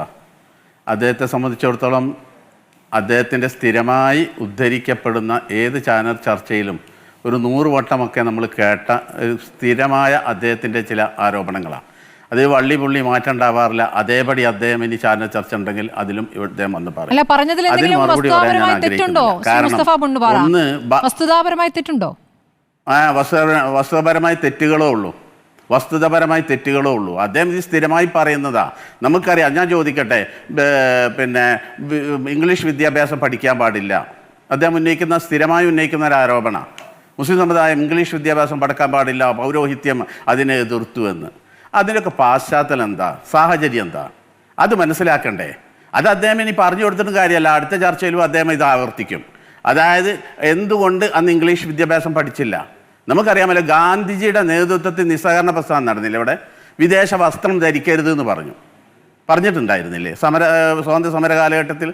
അതുകൊണ്ട് ബ്രിട്ടീഷുകാരുടെ ഭാഷ ഒഴിവാക്കണമെന്ന് ആ സ്വാതന്ത്ര്യ സമരത്തിൻ്റെ ഭാഗമായി അഭിപ്രായപ്പെട്ട കാര്യങ്ങളാണ്. അതൊക്കെ എടുത്ത് ഉദ്ധരിക്കുന്നത്. പിന്നെ അദ്ദേഹം പറഞ്ഞ മറ്റൊന്ന്, ഇലക്ഷനിൽ മത്സരിക്കാൻ സമ്മതിക്കുന്നില്ല. ഇലക്ഷനിൽ മത്സരിക്കാൻ ആരാ സമ്മതിക്കാത്തത്? പച്ച അവാസ്തവങ്ങളാണ് അദ്ദേഹം പറയുന്നത്. അത് അദ്ദേഹം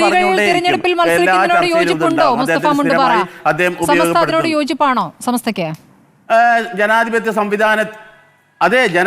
സംവിധാനത്തിൽ 33% സ്ത്രീകൾക്ക് ഇവിടെ റിസർവ് ചെയ്യപ്പെട്ട ഒരു സാഹചര്യത്തിൽ അനിവാര്യമായ ഘട്ടത്തിൽ സ്ത്രീകൾ മത്സരിക്കുന്നതിന് ആരെ എതിർത്തത്? ഇതൊക്കെ പറഞ്ഞ് വെറുതെ ആക്ഷേപം, തെറ്റുധാരണകൾ ഉണ്ടാക്കിയാണ്. അത് അദ്ദേഹം പറഞ്ഞുകൊണ്ടേയിരിക്കും. ഞാൻ അദ്ദേഹത്തിന് മറുപടി അറിയാൻ ഞാൻ ആഗ്രഹിക്കുന്നില്ല. നേരത്തെ എന്നാൽ സ്മൃതി, ഒരു കാര്യം നമ്മൾ ഈ ചർച്ചയിൽ നമ്മൾ ശ്രദ്ധിക്കേണ്ട ഒരു പോയിന്റ് എനിക്ക് പറയാനുള്ളത്, നേരത്തെ സ്കൂളുകളുടെ ടൈം ഇതുമായി ബന്ധപ്പെട്ടുകൊണ്ട് പഠന ദിവസങ്ങൾ വർദ്ധിപ്പിക്കുന്ന കാര്യം ചർച്ച ചെയ്യപ്പെട്ടപ്പോൾ വിദഗ്ധ സമിതിയിൽ നിർദ്ദേശം വന്നൊരു കാര്യമുണ്ട്. അതായത് പിന്നെ ഹോളിഡേയ്സുകളിൽ ഈ ദിവസം ഉപയോഗപ്പെടുത്താം. ഈ വിഷയം ഉണ്ടാവാനുണ്ടായ കാരണം എന്താ? ഈ വിഷയം ഉണ്ടാകാനുണ്ടായ കാരണം സ്കൂളുകളുടെ പ്രവൃത്തി ദിവസം കൂട്ടാൻ വേണ്ടി സർക്കാർ തീരുമാനിച്ചപ്പോൾ അഡീഷണൽ ദിവസങ്ങൾ എടുത്തുകൊണ്ട് ഹോളിഡേയ്സ് ഉൾപ്പെടെ വ്യവസ്ഥ ചെയ്തുകൊണ്ട് സ്കൂളുകളുടെ പഠന ദിവസങ്ങൾ കൂട്ടാൻ ശ്രമം നടത്തിയപ്പോൾ ആ ശ്രമത്തിനെതിരെ അധ്യാപക സംഘടനകൾ കോടതി പോവുകയത്.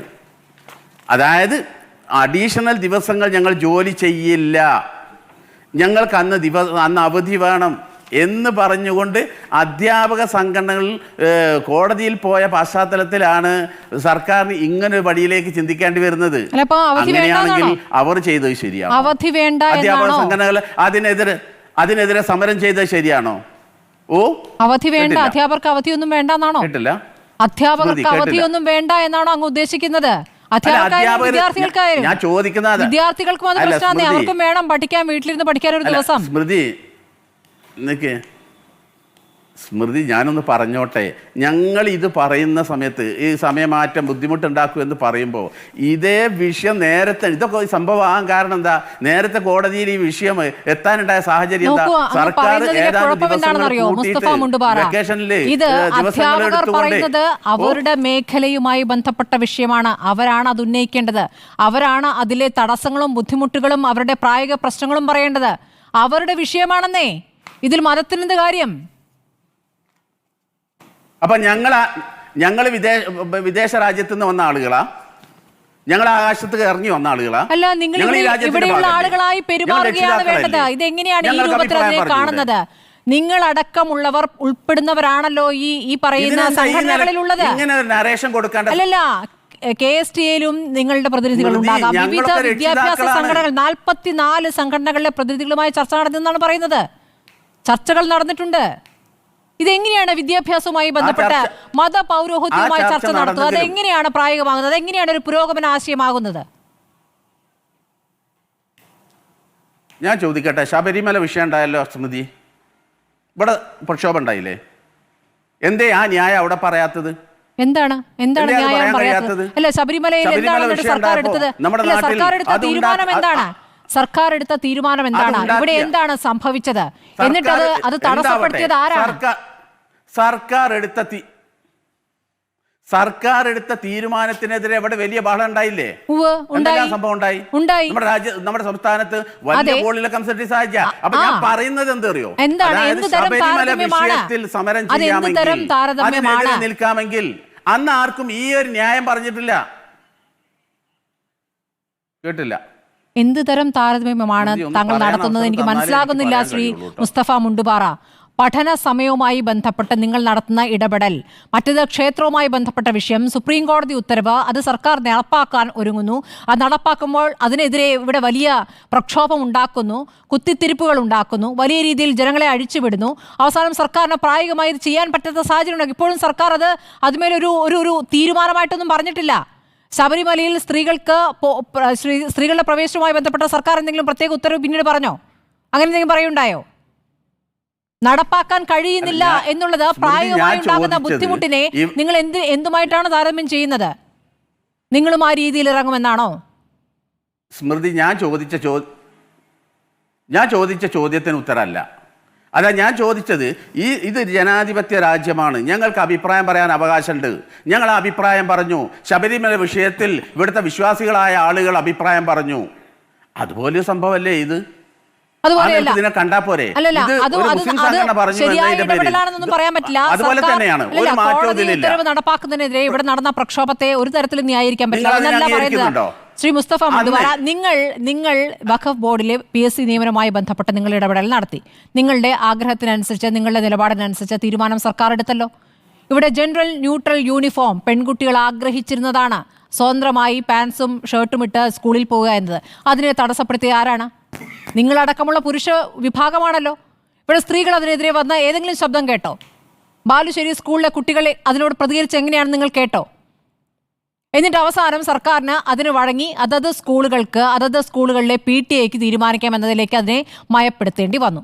അപ്പോൾ നിങ്ങൾ ഈ സമ്മർദ്ദം ചെലുത്തുന്നത് എന്തിനാണ്? നിങ്ങളുടെ ശക്തി എവിടെയാണ് തെളിയിക്കുന്നത്? നിങ്ങളുടെ കുട്ടികളുടെ കാര്യത്തിൽ തന്നെയല്ലേ, അവരുടെ വിദ്യാഭ്യാസ കാര്യത്തിലല്ലേ ഈ തരത്തിൽ മോശമായി ഇടപെടുന്നത്? ശ്രീ മുസ്തഫ മുണ്ടുപാറ, സ്മൃതി, നിങ്ങൾ മുൻവിധിയോടുകൂടിയാണ് ഈ വിഷയത്തെ കാണുന്നത്. പലപ്പോഴും ചർച്ചയിൽ അത് തന്നെയാണ് കാണുന്നത്. അതായത് ഒരു മുസ്ലിം സംഘടന പറഞ്ഞു എന്നതിൻ്റെ പേരിൽ നിങ്ങളൊന്നും പറയാൻ പാടില്ല, മിണ്ടാൻ പാടില്ല. അതൊരു ഫാഷിസ്റ്റ് ശൈലിയാണ്. മീഡിയകൾ നടത്തുന്ന ഒരു ഫാഷിസവും കൂടിയുണ്ട് ഇതിൽ. കാരണം ഈ ഒരു അഭിപ്രായം പറയാൻ ഞങ്ങൾക്ക് അവകാശമല്ലേ ഈ രാജ്യത്ത്? അത് ഞങ്ങൾക്ക് അനുവദിച്ചു. സർക്കാരിനോട് നിങ്ങൾ ഞങ്ങളുടെ അഭിപ്രായം എന്ന് സമസ്ത പറയുകയല്ല ചെയ്തിട്ടുള്ളത്. ഇതിന്റെ തിക്തഫലം അനുഭവിക്കും. നിങ്ങൾ ധിക്കാരപരമായ നിലപാടുമായി മുന്നോട്ട് പോയാൽ നിങ്ങൾ അനുഭവിക്കും എന്ന് പറയുന്നതിൽ ഭീഷണിയാണ്. അത് ഭീഷണിയാണ്. അപ്പോൾ എന്താണ് ആ ഭീഷണി? ഞാൻ തുടക്കത്തിൽ ചോദിച്ച ചോദ്യം അതാണ്. നിങ്ങളുടെ ഭീഷണി എന്താണ്? നിങ്ങൾ എന്ത് ഫലമാണ് അനുഭവിപ്പിക്കുക? സ്മൃതി, ഇവിടുത്തെ പ്രതിപക്ഷ സംഘടനകൾ പിന്നെ എന്തിനാ? ഭരണകൂടത്തിന്റെ പ്രതിപക്ഷത്ത് നിൽക്കുന്ന സംഘടനകൾ സമരം നടത്താറില്ലേ? അവർ ഈ പറഞ്ഞ ആവശ്യങ്ങൾ ഉന്നയിക്കാറില്ലേ? അവരുന്നയിച്ചോ? കലാപപരമായ ആവശ്യങ്ങളാണ്. അല്ല, അവരുന്നയിച്ച സമരത്തിലേക്ക് ഇറങ്ങിയോ? നിങ്ങൾ മാത്രമല്ല, നിങ്ങളുടെ സമരം നിങ്ങളുടെ മാത്രം സമരമാണെന്നാണല്ലോ മുസ്ലിം ലീഗും പ്രതികരിച്ചത്. സമസ്ത എടുക്കുന്ന സമരം സമസ്തയുടെ സമരം, അങ്ങനെയല്ലേ പറഞ്ഞത്? ചർച്ചയൊക്കെ നടത്തണമെന്ന് ഇങ്ങനെ പറഞ്ഞു പോകുന്നുണ്ടോ ഒഴുക്കൻ മട്ടിൽ? അതല്ലാതെ നിങ്ങളുടെ സമരവുമായി അവർ യോജിപ്പിലെത്തിയിട്ടുണ്ടോ? രാഷ്ട്രീയ പാർട്ടികൾ ചെയ്യട്ടെന്നേ, അങ്ങനെ ഉണ്ടെങ്കിൽ, എതിരഭിപ്രായം ഉണ്ടെങ്കിൽ. മുസ്ലിം ലീഗ് എടുക്കുന്ന നിലപാട് എന്താണെന്ന് അവരാ പറയേണ്ടത്. മുസ്ലിം ലീഗ് എടുക്കുന്ന നിലപാട് പറയേണ്ട അവരാ. ഞാൻ മുസ്ലിം ലീഗിൻ്റെ ആരുമല്ല, ഞാൻ സമസ്തയുടെ ഒരു എളിയ പ്രവർത്തകനാണ്. അത് അവരാണ് ആ നിലപാട് പറയേണ്ടത്. ഞങ്ങളെ സംബന്ധിച്ചിടത്തോളം ഞങ്ങൾക്ക് ഈ കാര്യത്തിൽ സർക്കാരിനോട് പറയാനുള്ള അവകാശമുണ്ട്. അത് ഞങ്ങൾ ചെയ്തിട്ടോ ഉള്ളൂ. സർക്കാർ ചർച്ചയ്ക്ക് വിളിക്കട്ടെ, ഞങ്ങൾ നേരില്ല കാര്യം പറയും. മുഖ്യമന്ത്രി ഉൾപ്പെടെ ആ കാര്യങ്ങൾ ചർച്ചയ്ക്ക് ഇരിക്കാമെന്ന് ഞങ്ങൾക്ക് ഞങ്ങളെ അറിയിക്കുകയും ചെയ്തിട്ടുണ്ട്. ഞങ്ങൾ സർക്കാരിൻ്റെ മുമ്പിൽ വെക്കും. ഞങ്ങളുടെ ആവശ്യമല്ലേ. ഇപ്പോൾ വഖഫ് ബോർഡ് വിഷയം, PSC കിട്ട് വിഷയം, ഇതേതാണ്? ഈ സബ്ജക്റ്റ് ഏതാണ്? വഖഫ് ബോർഡ്. വഖഫ് ബോർഡ് ആരതാ? വഖഫ് ബോർഡ് മുസ്ലിം സമുദായത്തിൻ്റെ പള്ളികളുമായി ബന്ധപ്പെട്ടുകൊണ്ട്, ആരാധനാലയങ്ങളുമായി ബന്ധപ്പെട്ടുകൊണ്ട് ഒരു സമിതി. അതിൽ അഭിപ്രായം പറയേണ്ടത് മുസ്ലിം സമുദായവുമായി ബന്ധപ്പെട്ട ആളുകളല്ലേ? അതും ഞങ്ങൾക്ക് പറയാൻ പാടില്ലേ? എന്ത് നിലക്കാണെങ്കിൽ ഈ വിഷയത്തെ കാണുന്നത്? മുസ്ലിം സമുദായത്തിൽപ്പെട്ട ആളുകളൊന്നും മിണ്ടാൻ പാടില്ല. ഇത് ഫാഷിസത്തിന് വളം വെച്ച് കൊടുക്കുന്ന സമീപന സ്മൃതി. കാരണം ഞങ്ങളൊരു കാര്യം പറയുമ്പോൾ അതിനെ മറ്റൊരു തലത്ത് വ്യാഖ്യാനിച്ചുകൊണ്ട് നിങ്ങളൊന്നും മിണ്ടാൻ പാടില്ല എന്ന് പറഞ്ഞിട്ട് ഇതിന് ഫാഷിസത്തിന് കേരളത്തിൽ നിങ്ങൾ അങ്ങനെ ഒരു ഫാഷിസം നേരിടുന്നുണ്ടോ ശ്രീ മുസ്തഫ മുണ്ടുപാറ? എന്തർത്ഥത്തിലാണ് ഇത് പറയുന്നത്? നിങ്ങളുടെ സമ്മർദ്ദങ്ങൾക്ക് അടിപ്പെട്ടില്ലെങ്കിൽ, സമ്മർദ്ദങ്ങൾക്ക് വഴങ്ങിയില്ലെങ്കിൽ ഉടനെ ഫാഷിസം പറയുക, ജനാധിപത്യ വിരുദ്ധത എന്ന് പറയുക, ഇത് ശരിയായ സമീപനമാണോ? ഞങ്ങൾക്ക് സമരം ചെയ്യാൻ അവകാശമല്ലേ? അതിനെന്താ മറുപടി പറയാത്തത്? ശരി, നിങ്ങൾ സമരം ചെയ്യൂ. നിങ്ങൾ സമരം ചെയ്യുമ്പോൾ ആ സമരത്തിന്റെ ഉദ്ദേശശുദ്ധിയെ കുറിച്ചാണ് ചോദ്യം.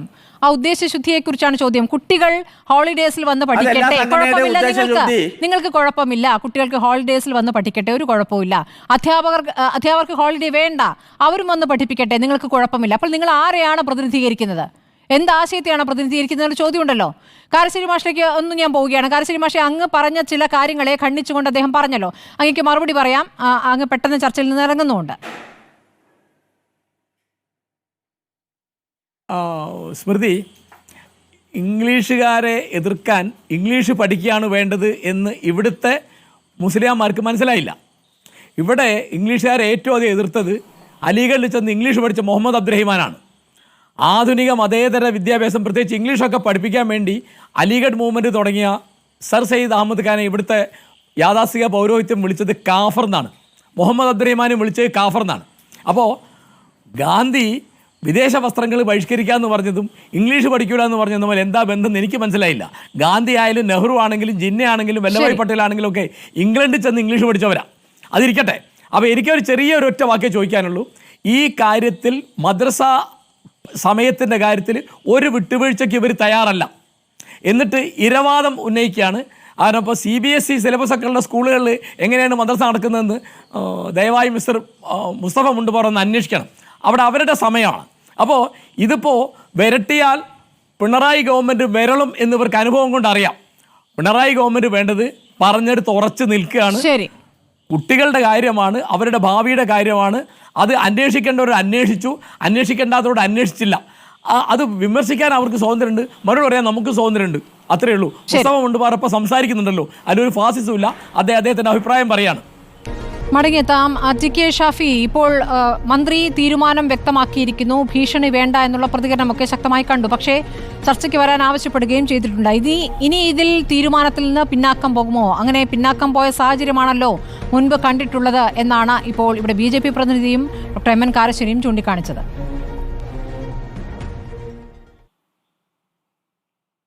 ഇക്കാര്യത്തിൽ എനിക്ക് ആദ്യം തന്നെ പറയാനുള്ളത്, സമസ്തയുടെ പ്രതിനിധി പറഞ്ഞു അവധി ദിവസങ്ങൾ മാറ്റിവെച്ച് നമുക്ക് ഈ പ്രവൃത്തി ദിവസം കണ്ടുകൂടെ എന്നാണ്. ശനിയാഴ്ചകൾ പ്രവൃത്തി ദിവസമാക്കുന്നതിനെതിരായി ബഹുമാനപ്പെട്ട കോടതിയിൽ പോയത് അധ്യാപക സംഘടനകൾ മാത്രമല്ല, കുട്ടികൾ കൂടിയാണ്. കുട്ടികൾ കൂടി കോടതിയിൽ പോയതിൻ്റെ അടിസ്ഥാനത്തിലാണ് ശനിയാഴ്ചകൾ പ്രവൃത്തി ദിവസമാക്കുന്നതിനെതിരായി കോടതി ഉത്തരവിട്ടത്. ഇനി മറ്റ് അവധി ദിവസങ്ങൾ, ഇവരൊക്കെ ഇപ്പോൾ പറയുന്നുണ്ടല്ലോ അവധി ദിവസങ്ങൾ തൊടാമെന്ന്.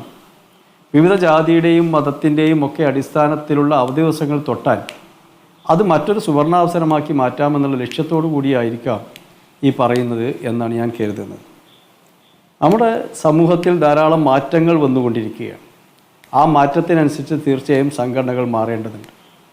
ഏറ്റവും വലിയ ഉദാഹരണമാണ് നേരത്തെ ബഹുമാനപ്പെട്ട കാരശ്ശേരി മാഷ് പറഞ്ഞ മുസ്ലിം കലണ്ടറിൻ്റെ കാര്യം. മുസ്ലിം വിദ്യാർത്ഥികൾ പഠിക്കാൻ പോകാത്ത കാലഘട്ടത്തിൽ വെള്ളിയാഴ്ചകൾ അവധി ദിവസം നൽകിക്കൊണ്ടുള്ള മുസ്ലിം കലണ്ടർ അനുവദിച്ചു. എന്നാൽ ഇന്ന് ഞാൻ മനസ്സിലാക്കുന്നത് 100-ൽ താഴെ 12,000-ലധികം സ്കൂളിൽ 100-ൽ താഴെ സ്കൂളുകളിൽ മാത്രമാണ് ഈ മുസ്ലിം കലണ്ടർ നിലനിൽക്കുന്നത്.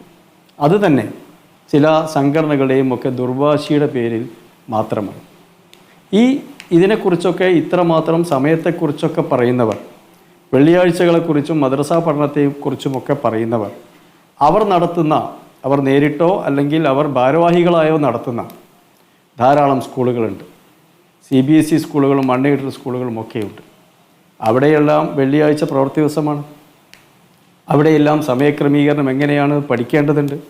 സ്വന്തം കാര്യം നടപ്പിലാക്കാതെ അൺഎയ്ഡഡ് സ്കൂൾ നടക്കുന്നവനോട് ഇതിനോട് ആത്മാർത്ഥതയില്ല. ഞാൻ നേരത്തെ പറഞ്ഞ പ്രധാനപ്പെട്ട ഒരു കാര്യം, നമ്മുടെ ബഹുമാനപ്പെട്ട മുസ്തഫയുടെ ചർച്ചയ്ക്കിടയിൽ അത് വരികയും ചെയ്തു. പ്രതിപക്ഷ സംഘടനകൾ എന്തിനാണ് ഇവിടെ എന്നാണ്. ഒരു മതസംഘടനയും പ്രതിപക്ഷ സംഘടനയും വ്യത്യസ്തമാണ്. പ്രതിപക്ഷ സംഘടനകളോടടക്കം അധ്യാപക സംഘടനകളിലും KSU അടക്കമുള്ള വിദ്യാർത്ഥി സംഘടനകളോടൊക്കെ അഭിപ്രായം ചോദിച്ചതിന് ശേഷമാണ്, അവരൊക്കെ പറഞ്ഞ അഭിപ്രായം സമയം വർദ്ധിപ്പിക്കാമെന്നുള്ള വിദ്യാർത്ഥി സംഘടനകളുടെ അഭിപ്രായത്തിന് ശേഷമാണ് ഈ തീരുമാനമെടുത്തിട്ടുള്ളത്. ആരാണ് മതസംഘടനകളെ പ്രതിപക്ഷത്തിൻ്റെ ചുമതല ഏൽപ്പിച്ചിട്ടുള്ളത്? ആ ചുമതല ഏറ്റെടുത്തുകൊണ്ടുള്ള കാര്യമാണ് അവർ ചെയ്യുന്നത് എന്നതാണ് ഞാൻ നേരത്തെ സംശയാസ്പദം എന്ന് പറഞ്ഞത്. അല്ലെങ്കിൽ 2014-ൽ അരമണിക്കൂർ നേരത്തെയാക്കിയപ്പോൾ ഇവരെവിടെയായിരുന്നു? അന്ന് എന്തുകൊണ്ട് പ്രതിഷേധമുണ്ടായില്ല? ഇപ്പോൾ പ്രതിപക്ഷ സംഘടനയുടെ ഉത്തരവാദിത്തം ഏറ്റെടുക്കുകയാണ് ഇവർ ചെയ്യുന്നത് എന്നാണ്. മറ്റൊരു വാദം കൂടി ഞാൻ ഒരു സെക്കൻഡ് മറ്റൊരു വാദം, എല്ലാ കാര്യങ്ങളിലും സംസ്ഥാന ഗവൺമെൻറ് ഉറച്ചു നിൽക്കുന്നില്ലെന്നാണ്. ഏത് കാര്യങ്ങളിലാണ് ഉറച്ചു നിൽക്കാത്തത്? സൂംബയുടെ കാര്യത്തിൽ സൂംബ നടത്തണമെന്ന് തന്നെയല്ലേ പറഞ്ഞത്?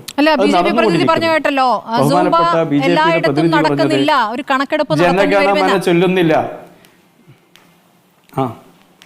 തീർച്ചയായും നടത്താം. ഞാൻ അധ്യാപകൻ എന്നുള്ള നിലക്ക്, ഒരു സ്കൂളിൽ അധ്യാപകൻ എന്നുള്ള നിലക്ക് എല്ലാ സ്കൂളിലും നടക്കുന്നുണ്ട്. ജനഗണമന ചൊല്ലുന്നില്ല എന്ന് പറഞ്ഞു. ജനഗണമന ഞങ്ങളുടെ വിദ്യാലയങ്ങളിലൊക്കെ ചൊല്ലുന്നുണ്ട്. എന്നാൽ ജനഗണമനയല്ല ദേശീയഗാനമാക്കേണ്ടത് എന്നുള്ള ഏതെങ്കിലും അഭിപ്രായമുള്ളവർ ചൊല്ലാതിരിക്കുന്നുണ്ടോ എന്ന് എനിക്കറിയില്ല.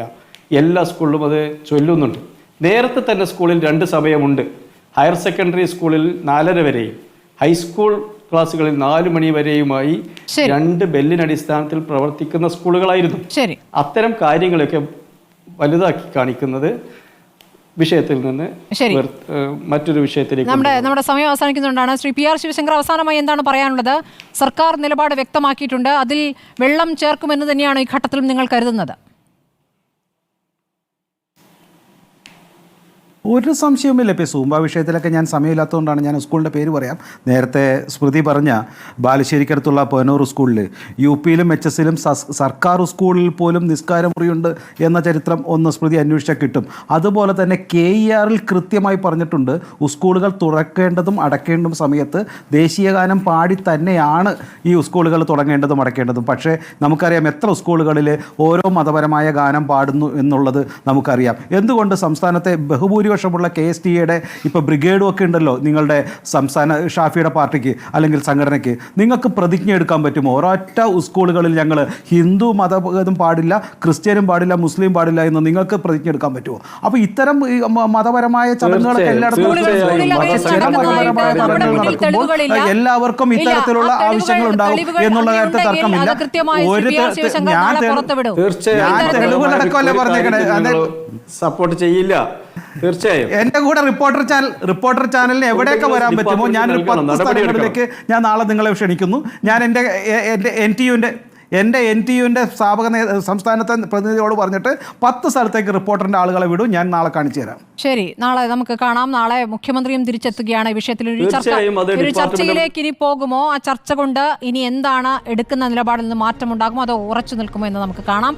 വളരെ നന്ദി Mustafa Mundupara, TK Shafi, PR Sivasankar, doctor MN Karassery ചർച്ചയിൽ പങ്കെടുത്തത്.